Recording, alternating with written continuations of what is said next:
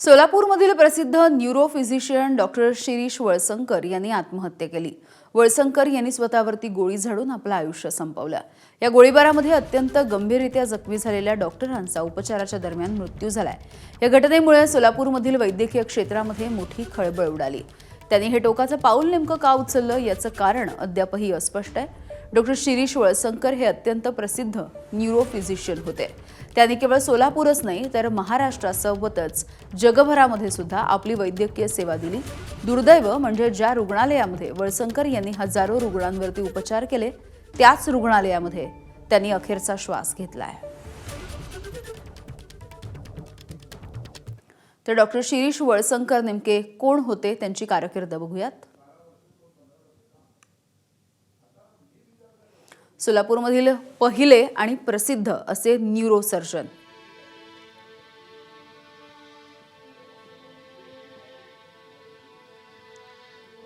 अनेक काळ सोलापूरमधील एकमेव न्यूरोसर्जन अशी सुद्धा त्यांची ओळख होती।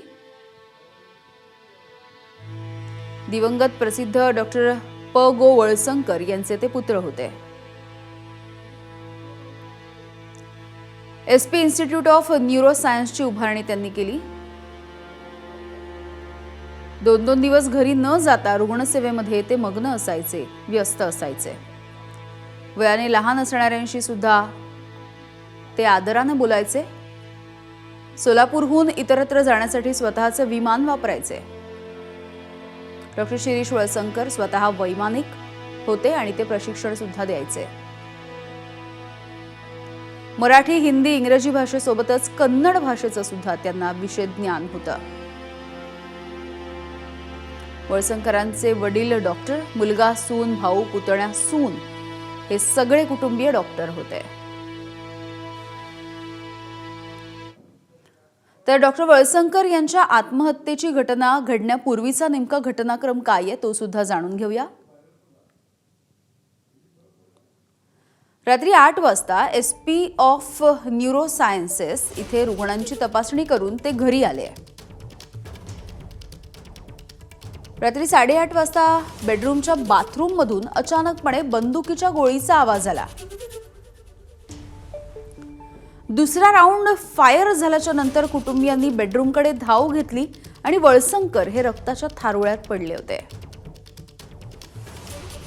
रात्री 9 वाजता त्यांच्याच रुग्णालयामध्ये त्यांना दाखल करण्यात आलं। मुलगा अश्विन आणि सून सोनालीसह 5 तज्ञांनी त्यांना वाचवण्याचा आटोकाट प्रयत्न केला। रात्री 10:20 डॉक्टर वळसंकर यांना मृत घोषित करण्यात आलं।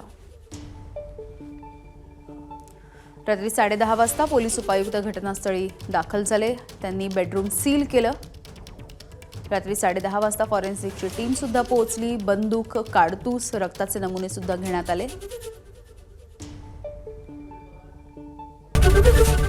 एबीपी माझा, उघडा डोळे बघा नीट।